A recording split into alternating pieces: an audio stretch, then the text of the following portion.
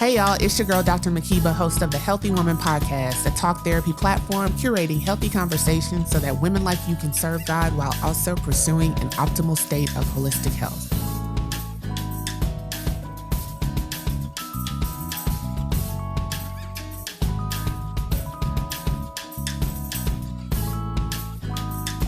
Hey y'all, welcome to the Healthy Woman Podcast. This is episode 6 of the Healthy Woman Podcast. I am ecstatic that it seems like just yesterday I started episode 1 and now I'm already at 6, and we've had some of the most amazing conversation on this platform. And if you don't know, basically the brainchild or the idea of the Healthy Woman Podcast is really to provide like this therapeutic platform of healthy conversation for women of all types, women from all backgrounds, to be able to kind of hear and then have like this intrinsic view about themselves and kind of how they relate to other people.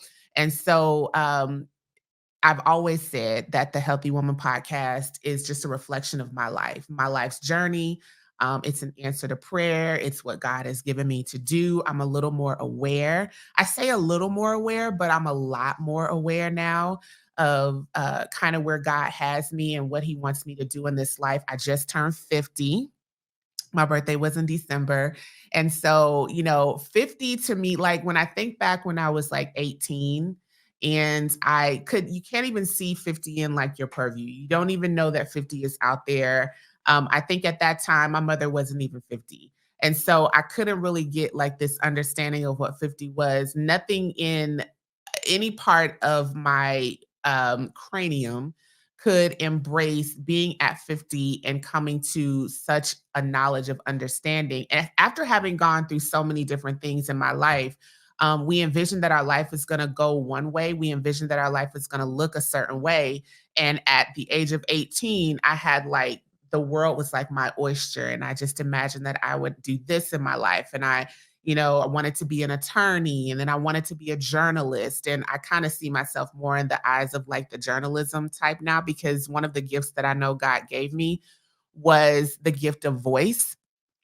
And what I'm learning as I, cultivate my relationship with God, and, learn more about what He wants me to do, I am delving into the fact that my gift of voice is actually a ministry, right? It's a spiritual gift for me, it's a physical gift for me.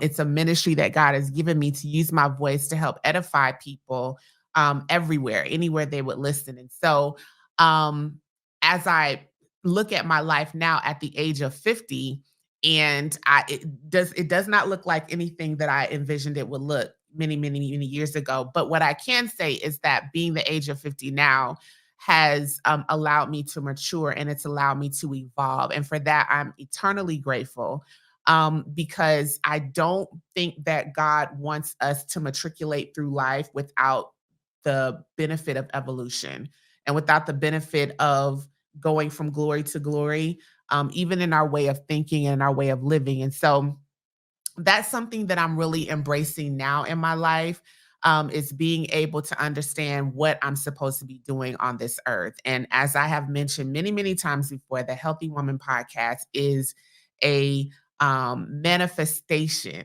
of that. There's so many different parts of me. My life is extremely nuanced, but one thing that I am crystal clear, pristinely clear on is that the Healthy Woman Podcast and all of what we talk about is a gift from God, for me to do ministry His way. And so I am very grateful that you're here. I'm thankful that you choose to listen to me every single time we drop an episode. I am very grateful that you lend your ear to me, and that something that we're saying on this podcast resonates with you in a way that, if nothing else, allows you to just take introspect, and think about things in your life differently, because we are all different people. Life is not just one dimensional, and we don't just exist off of a one perspective existence. Life is nuanced, and there's so many different perspectives, and there's so many different perceptions that you can have And so I'm just hoping that your interaction with the Healthy Woman podcast and your experience with the Healthy Woman podcast is just one of those ways that you're able to dig deep and figure out maybe if there's a different way for you to look at something, if there's a different way for you to experience life, God's way, of course. So thank you for being here. If this is your first time here, you happen to roll up on us when you were looking for a great podcast, or maybe someone shared a past episode with you, or maybe you just went to Apple and typed in something that had to do with healthy women and our podcast came up.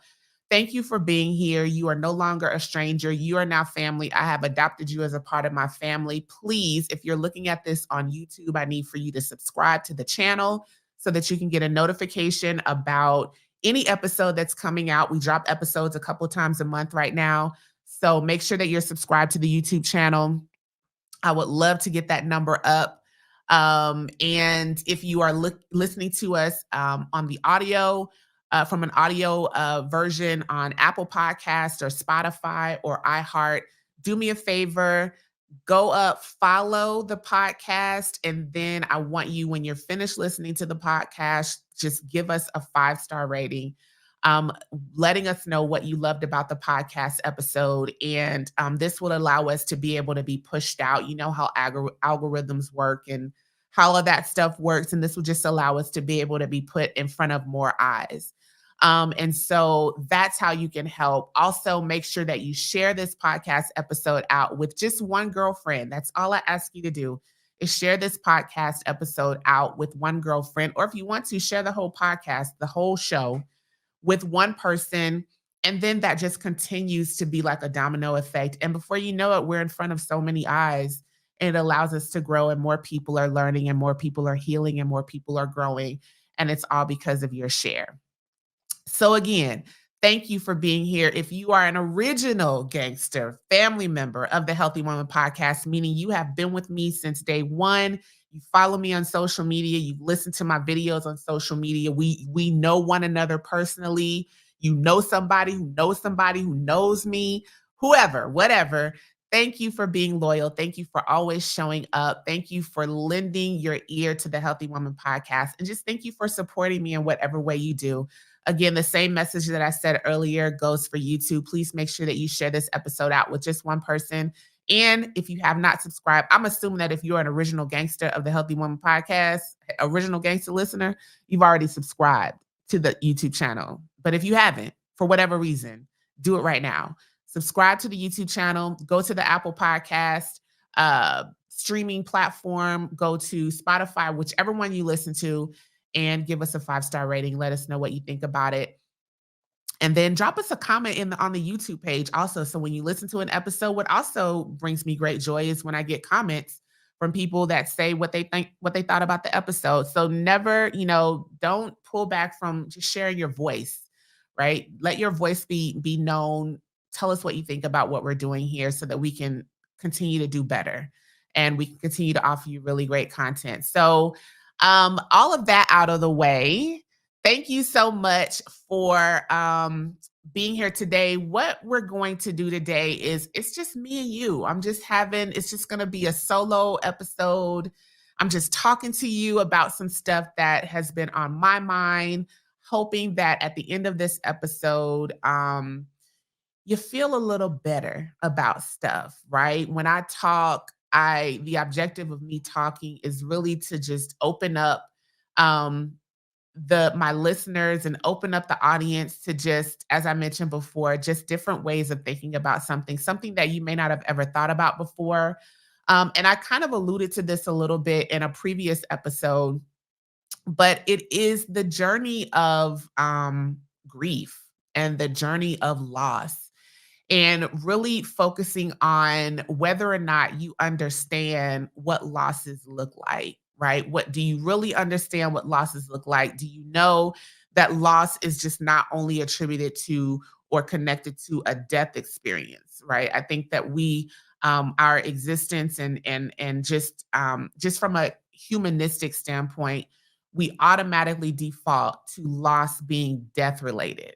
And of course, I feel like that's the extreme of loss, right? That there's like this sliding scale of what loss could look like. And at the very top of that sliding scale of loss, death will sit. And so we know that death is there as a form of loss, but we also know that death is permanent. We know that no one's coming back from death. And so in that lies a number of different experiences and situations that we have to navigate our way through, right? From an emotional standpoint, from a mental standpoint, and even from a physical standpoint, sometimes when we're dealing with death. So we know that death is a part of loss. And we naturally give ourselves the opportunity to grieve that loss. And we can't really put our hand on what the grieving time for loss looks like. For some people, the grieving time for a loss in the form of death could last for years, right? Because we don't understand the nature of the relationship that that person had with the one that they lost. And so we can't put, professionals will tell us, a year is enough time to really be in the crux of grief. And then you want to try to put yourself in a position where you start climbing your way out of that grief hole and trying to do some more intentional things so that you are not continually being in this space of grief where it paralyzes you or where you're not able to move forward in life. But I don't know if that's something that we can actually put as an absolute thought, because again, we don't know the nature of the relationship with that person, and how that person was to that individual. But what I will say about grief is that you want to really find a way that's going to honor that person's memory as opposed to settling into the fact that they're no longer here, right? What are things that that person, whether it's your mother, whether it's your father, whether it's your grandparent or your child or a family member, whoever, a friend, really what's the word? Kind of transposing itself into well, I mourn the loss of this person is no longer here, and I miss the fact that they're here, but then how can I honor this person's memory? What is something that I could do to honor this person's memory, which kind of speaks to why people may set up like scholarship programs or a scholarship in the name of somebody or some type of philanthropic effort in the name of somebody that they have lost because it's a way to honor their memory. And so now when you think about that person after they have gone, you're not necessarily defaulting to a sad feeling. You're kind of defaulting to a great way to memorialize them or remember them. And so that's not what I'm focusing on today, though. I just kind of felt like I needed to say that because I lost my father, and back in 2004, and my I lost my grandmother a little over a year ago, and both of those individuals were extremely, extremely important to me. Extremely important to me. I mean, I can't even put um, energy into the level of importance, but they were important to me in two different ways. And so even now, it's been 2004. It's been a very long time. Um, Almost 20 years that this year will be 20 years that I've lost my father. And so I had to really figure out how to be able to grieve the loss of him without allowing it to consume me, right? But it took time for that to happen. My grandmother, I I remember when my grandmother passed away, she passed away in December of 2022 and right before Christmas, right before my birthday. And when she did pass away, one of the things that I was nervous about was I didn't want my birthday to be scarred for the rest of my life because my grandmother passed away on the 11th of December. My birthday is 10 days later. And I was like, I don't want this to be my life for the rest of my life. I have to figure out a way to remember my grandmother in the greatest of ways and not be paralyzed by her loss, right? Because my grandmother was like a second mother to me. Um, and so I had to figure out a way that would allow me to grieve her healthily, um, but not forget her. And so I found myself going through therapy. I did not know how I was going to navigate that space. And I'd started therapy many years before for other reasons. But I knew I'd never done grief therapy. And so when I got back from the funeral and I got back from all of the things that were associated with her passing, I reached out to my therapist and we started having therapy sessions that included grief therapy as well. And so one of the things that my therapist, as we were talking, and so here's a reason why therapy is so good. We go to therapy for one thing and we think that we're going to focus on that through that one-dimensional lens of therapy, not realizing that therapy is also, if you do therapy the right way and you have a great therapist and you lend yourself to um, really growing from therapy and not just going through the motions with therapy, therapy will open up other areas in your life that need attending to. Maybe open wounds that still have not been healed, have not been grieved, have not been identified as losses. And so that's kind of what these therapy sessions did for me because my therapist opened up to me like your grandmother's death was the height of the losses that you have experienced, but there are a number, you have a trail of losses that you have not grieved. And so when you experience the loss of your grandmother, it was like the culmination of grief experiences or should I say loss experiences. Um, and so we started talking and she just kind of started digging into some of the stuff. She was listening to some of the stuff that I was saying and it sparked her to ask questions of me. And so she started asking me about other losses. She said, "Well, Makeba, what are some of the other losses that you have experienced?" She said, "Because when I listen to you talking," she said, "I know that we're having grief therapy as it relates to your grandmother, but I hear something else coming from you." She said, "I hear that there are other grief experiences, or I keep saying grief experiences, not grief yet, loss experiences that you've had that you may not have had the opportunity to grieve for." And so when she started talking to me about that, I was like, I can't put two and two together. I don't understand because for me, I had never put together grievable losses, right? Losses that are not as heightened as death, but losses that occur nonetheless that still need to be grieved, right? And so as we're navigating through life, we seem to think, and I will, in all encompassing way, say we, because I don't believe that I'm the only one. I'm not an anomaly in this situation. I do not believe that I'm the only one who has experienced this. So I will say we. I think that as from a humanistic standpoint, we just look at life's experiences as just what it is, right? Death happens, we lose a job, that happens. Friendships don't last forever, that happens. We get divorced, that happens. We move from location, that happens, right? We just assume that it's a part of life, right? And so we don't we don't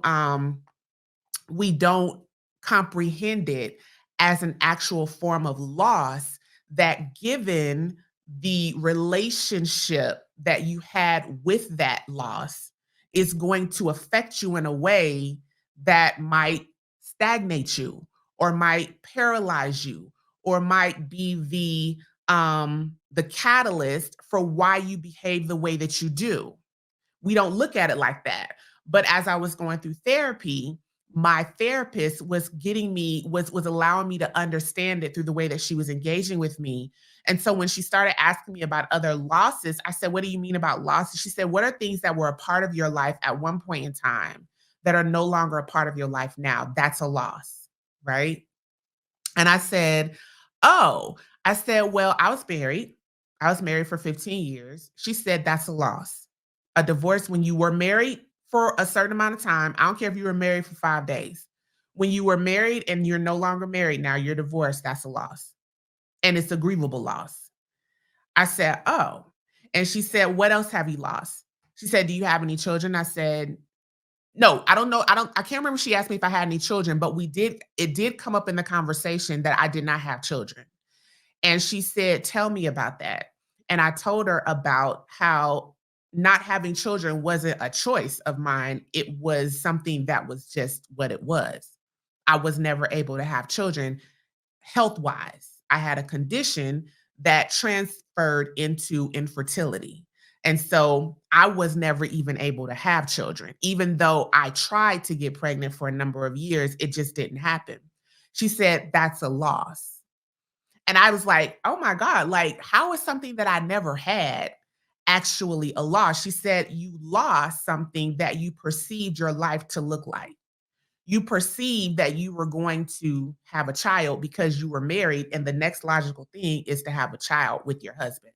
She said, and when that was challenged, you've now lost the ability to have your life exist in a way that you mentally expected it to look like. And I was like, well, dang, okay. So that was a loss. And she said, it's a grievable loss, right? I said, okay. And so then we started talking more. And she said, what else have you lost? I said, well, I've lost friendships. I mean, I'm no longer friends with a lot of people that were, or, women that were really close to me at one point in time. I said, but I don't just sit and ponder on that. That's not something that bothered me. She said, but it was still a loss that you have to grieve. And she said, what else? And we just went down like this laundry list of losses that I never, ever, ever perceived to be a loss. But to some degree, and in some instances, it was affecting my life in different areas and how I showed up for different things. And so I'm telling you, therapy, and you're listening to somebody who I've been an advocate of therapy for about 3 or 4 years. I haven't always been an advocate of therapy, but not because it wasn't good, but because I just never felt like I needed it, or I never felt like it can do anything for me. So you're listening to somebody who had that thought process about therapy now come to you and tell you that, provided you get the right therapist, provided you are open in therapy and you're not just going through the motions with therapy, that therapy is actually a really great tool that is used to get you to open yourself up and be and get on a pathway or a journey to healing, which is something that allowed me to do. And so for a number of weeks, we went through this whole process of becoming aware. Aware is like one of my favorite words of all time, awareness, because I believe that when we shun away the ability to be aware, we actually put ourselves in a position to provide excuses.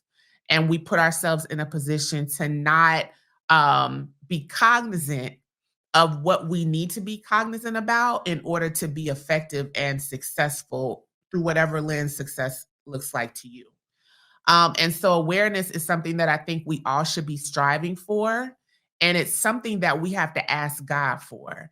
Like, we have to ask God, Lord, make me aware of what I need to be aware of. Lord, make me cognizant of the things that you want me to know, right? Because some of these things are not just going to come naturally. Because just like you have the angel of the Lord sitting on your shoulder, you also have the angel of the enemy sitting on your shoulder, right? Trying not to get you to lean into what you need to lean into to be an effective individual. His MO is to help you to not be effective.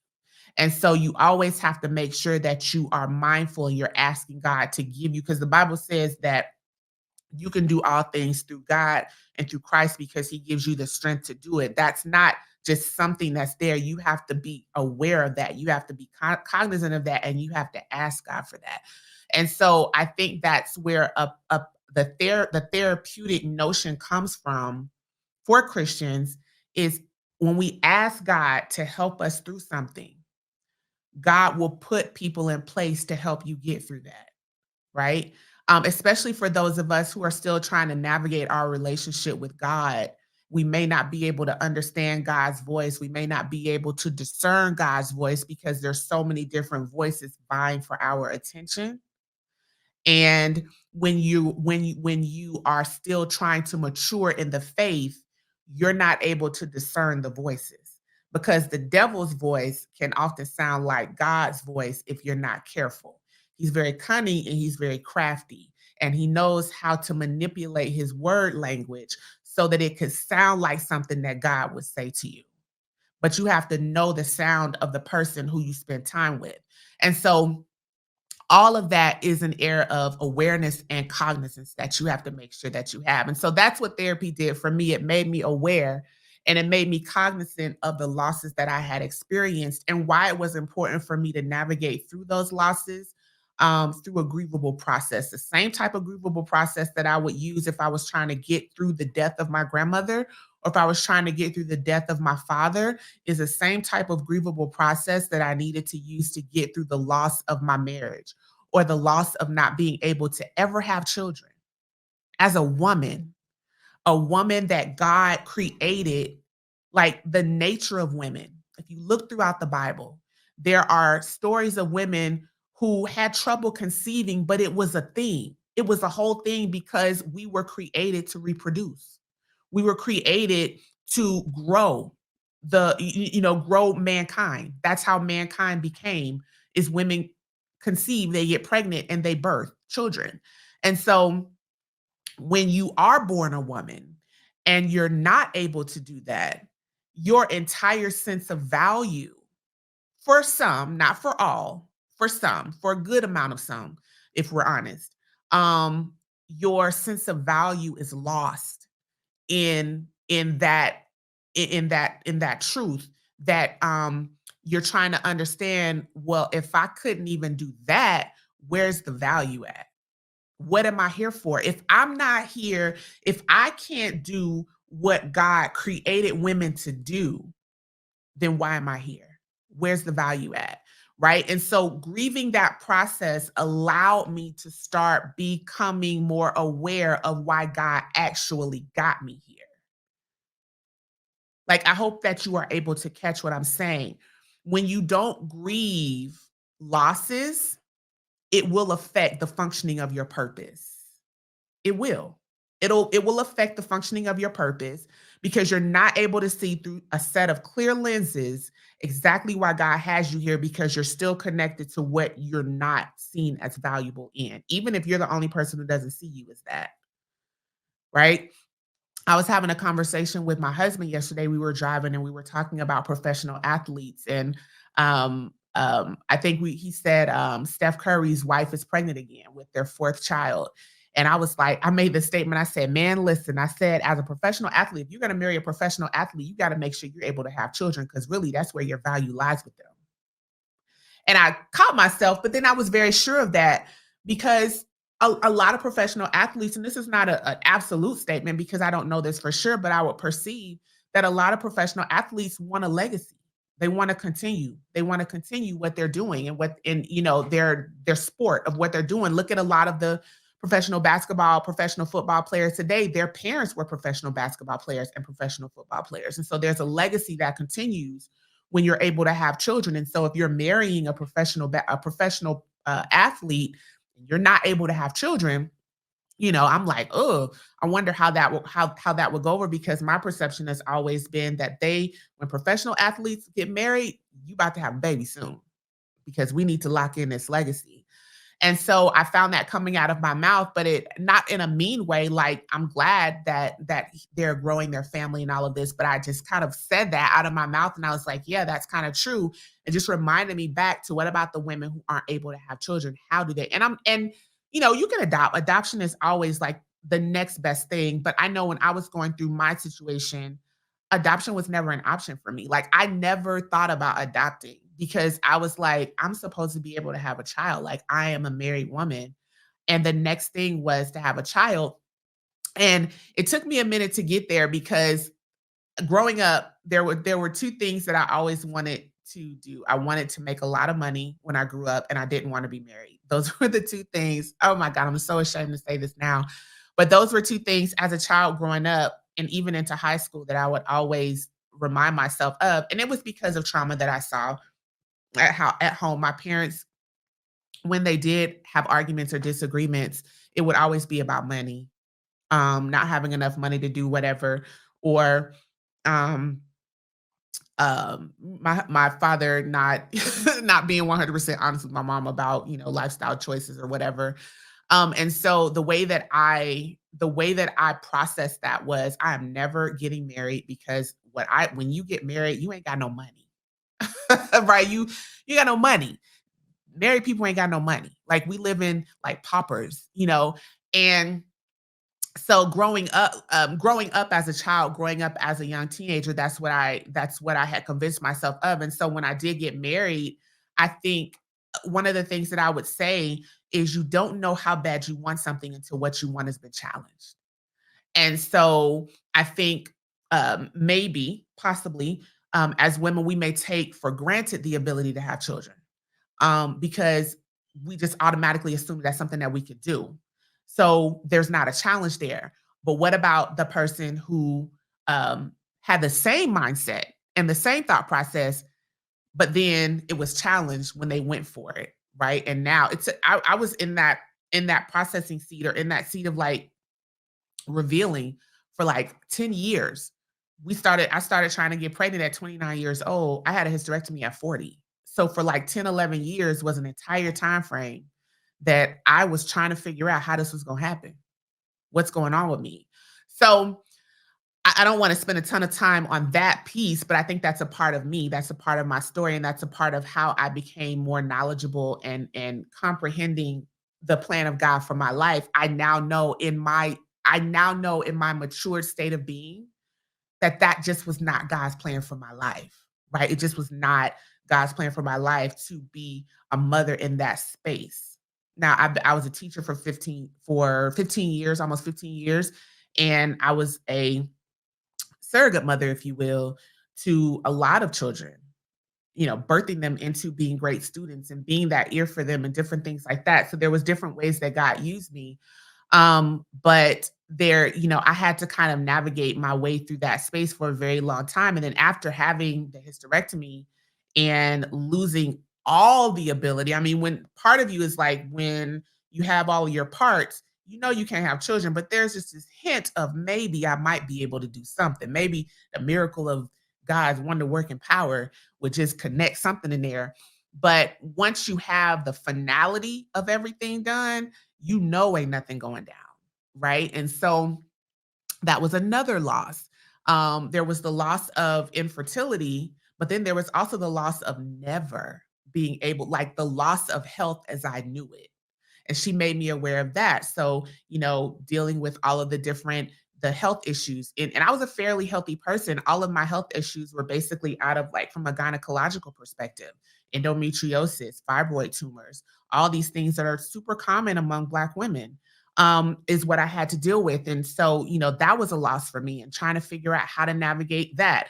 And then after you have a hysterectomy, and in my case, an oophorectomy, where everything was taken out, now I have a loss of my health in that I'm going into menopause. Right at 40 years old, I went into menopause, and at 45 years old, all hell broke loose, and I gained 50 pounds, and I moved to Chicago, and the environment is toxic, and I was hot flashing and hair coming out around the perimeter and just, Lord Jesus, I know this is not the plan that you had when you created me is the way that I would respond. And so there's so many different losses that we go through in life that if we're not cognizant of them, if we're not aware of them, we get lost in them and they keep us from becoming our best self. And so that means that when you don't grieve, when you're first not aware of the losses, and then second, don't take time to grieve the losses. Then when God calls you into a new space, which demands of you to use the value that he's placed in you, you can't do it because you still holding on to all this stuff that you don't realize is there because you're not aware and it's keeping you. That's why it took so long. And so when God spoke to me in 2018 upon moving to Chicago and told me what he created me to do, like I had a real live revelatory encounter with God in a 400 square foot studio apartment, King Drive. I lived over there my first year here in Chicago. And the Lord spoke to me and said, "This is what I created you to do." And I said, "Well, I don't know how to do that. And I don't know, I don't know what to do because the state that I was in that moment did not allow me to even envision the magnitude of what God was telling me he created me to do because I was still fragmented and I was still broken and I had not grieved any loss. I had not even become aware of a loss. But what God told me in that moment was the how is going to be your interpretation once you get more knowledge of me. And it took 5 years for me to get that knowledge of understanding. From 2018 to 2023 is when God's word that was spoken became manifested in my life, just last year. But it took 5 years of all of that processing, all of that loss, realization of loss, all of that time losing my grandmother and talking to a therapist and having a therapist help me to unpack losses and help me to figure out this journey of grief and to learn more about myself and how to get healthy again from the inside out, and then how to become healthy on the outside now is my focus for 2024. All of that, y'all, is a part of God preparing us for purpose, all of that. And so when I say that your physical being and your mental being and your emotional being and your financial being and your spiritual being is all important to God. It's not independent of one another. God is not just concerned about your spiritual being. He's not just concerned about your spiritual wellness. He's concerned about all of it because it's all intricate parts that make up the whole person. We cannot just be spiritual and not be cognizant or aware of our emotional side. We cannot just be spiritual and then only be concerned about our mental side. We can't be spiritual, or we can't be mental, focused on our mental side, and then completely abandon the need for spiritual wellness.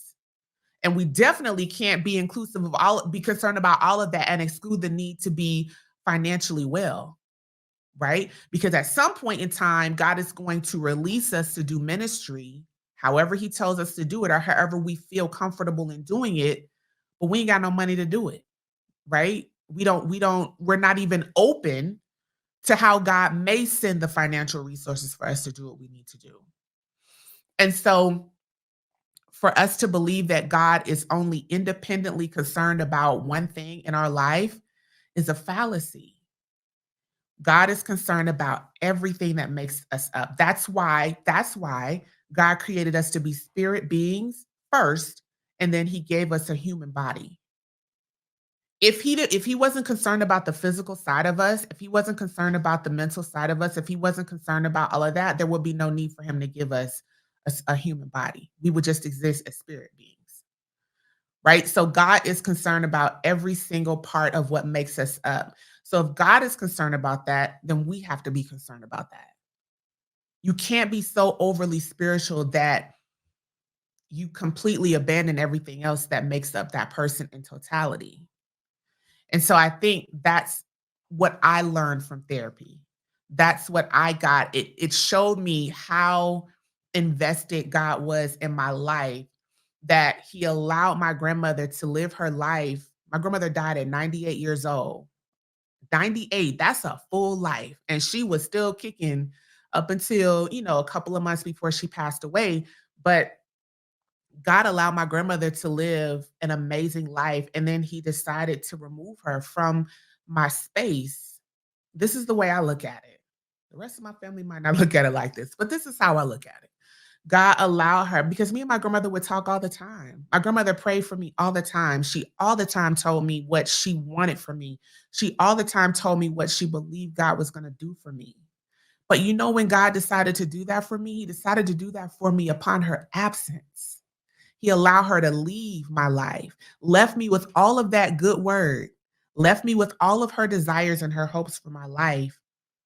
But He removed her and then allowed her absence in my life to be a catalyst to my grieving process, not just in grieving her loss, but also grieving my losses. So that at the end of the day, everything that she saw for me, I'm sad that she's not going to see me walking out, the plan of God for my life in full, but she prayed for that. And she essentially sacrificed herself so that I could have that. That's how I choose to look at that. So I think the message that I wanted to share with you today is grieve the losses. First of all, become aware of the losses. Become aware of losses. Don't try to excommunicate yourself from losses because you just don't want to go there no more. I want to be in that place no more. I don't want to visit that place no more. Well, I mean, just because you remove yourself from the space doesn't mean that the space never existed, right? So you still got to work your way through having been in that space and then give yourself the ability to remove yourself or release that space from you.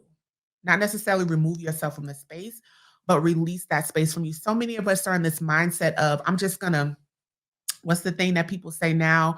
Um, I just drop people. I just drop people from my life, or I just remove myself from the situation. Doesn't mean that the situation is still not there. And because we are human people with an emotional state tied to us, just because you remove yourself from the situation don't mean that situation still ain't all up in through your bones. You have not grieved the situation and you have not released the situation from you. You just removed yourself from the situation. And so, as with anything that I share with you all, whether it's me talking to guests or whether it's me talking to you by myself, um, I just want to offer you various perspectives in life because life is not one dimensional. And we have to open ourselves up to God's way of doing things. We have to open ourselves up to understanding that at the end of it all, the only reason that we exist on this earth is to do what God created us to do because He did not have to let you be here. I use this example all the time. I say, when your mom and your dad got together, I don't know if you realize how many options there were other than you. Like the human physiology, like how people's bodies are made up and the number of sperm that your father has and eggs that your mother, like when that process occurs, you're like one of like so many. And God chose you to be that one. So if God took that much care and that much consideration for choosing you to coexist in the earth that He created for His glory and for His purpose and for His honor, you are not here for yourself. You got to understand why you're here because He could have chose somebody else to do this work, but He chose you to do this work. And in order for you to be able to do this work, right? The Bible says, I wish that you be in good health even as your soul prospers. So you can't tell me that God is not concerned about everything. He's concerned about it all. So your responsibility is to get healthy, holistically speaking. Get physically healthy, get mentally healthy, get emotionally healthy, get financially healthy, get spiritually healthy so that you can produce purpose the way that God intended you to produce purpose. That's all I got. That's it, y'all. So I'm gonna do more of these solo episodes. I do have quite a few guests lined up from time to time. But I am gonna do more of these solo episodes, just so we can have like this one-on-one time, uninterrupted. So I hope that that sits well with you. I hope this episode helped you out a lot. If not a lot, a little, but in some kind of way. I hope this episode allowed for you to see things through a different set of lenses and that it puts you in a position to grow, and to present yourself a living sacrifice, holy and acceptable unto God, which is your reasonable service. All right, it's your girl, Dr. Makeba, host of the Healthy Woman podcast. Thank you so much for being here. You guys have an amazing, awesome day. Remember, share this episode out with just one person. I'm sure as I was talking, somebody popped in your head and you were like, oh, I need to share this with her because she would benefit from this. Share it with her, right? And then tell her to share with somebody else. Um, if you're looking at this in the on YouTube, please go ahead and subscribe if you haven't already done so. Make sure you leave me a comment. Let me know what you thought. If you're listening to this audio version on Apple Podcasts, Spotify, iHeart, one of those, make sure that you follow the show and then drop me a 5-star rating, letting me know. It won't take you long. I promise. 5 minutes out of your day to drop me a 5-star rating. Let everybody know what you think about this so that we can get in front of more people. We want to be able to grow our platform. We want to be able to expand our impact and our reach. And we can do that with you if you just share. All right. Thank you guys for being here. I love you so much. There's nothing you can do about it. Have an amazing day, and I will see you next time. Peace.